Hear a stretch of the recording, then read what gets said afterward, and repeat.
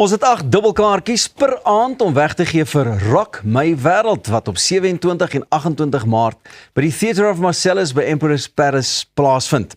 Met kunstenaars natuurlik Nicholas Lou, Dozy en Pietman Geldenhuys op een vroeg kan jy uitsien na oorspronklike liedjies en saam sing treffers.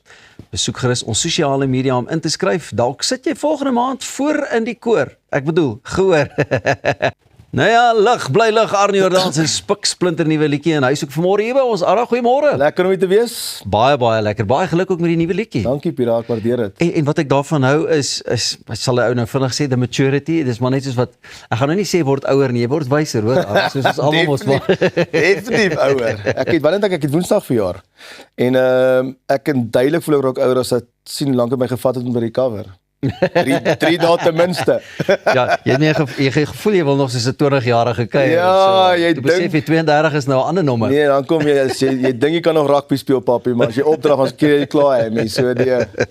Vertel vir my van lig bly lig. Ek meen waar lê die inspirasie agter die liedjie en lig by lig. Ek wou nog altyd so 'n liedjie opgeneem het en ek en jy het so vinnig gepraat. Ek dink na die hele plek vir by my met saam met Jakkals vibe het is dit weer party gewees en is lekker en is van mense soek, maar ek wou nog altyd 'n liedjie uitgebring het wat mense kan gaan sit en sê, yes, okay, ek voel nou regtig beter na ek die liedjie geluister het. Ek het hoop vir die dag, ek het hoop vir dit wat altyd verkeerd gegaan. Ek dink in die nuus en die goeders deesdae is al soveel, as jy die koerant oopmaak, sien jy nie lekker goed nie. En dan dis nie net in die koerant nie, dis ook in ouens se persoonlike se lewens en veral met die manne. Ek meen ons beweeg op 'n plek, ek onthou toe ons jare terug begin sing het ek geen worries gehad nie. Ek het gerock and roll soos asof van niks kan gebeur met my nie. En eers skielik gaan 'n ou in 'n plek in jou lewe in wat jy kids kry vir baie meer verantwoordelikhede, regte verantwoordelikhede. En dinge raak bietjie meer ernstig en ek dink ons manne het druk op ons. My laaitie vra my gisterand oor die stres ek ook. Het ek ook stres? Ek sê maar waar stres jy? Maar net weet. Nee, hierdie toets wat nou kom en hy het baie sport en ek sê nee, ek het regte stres, moet jy nie worry nie.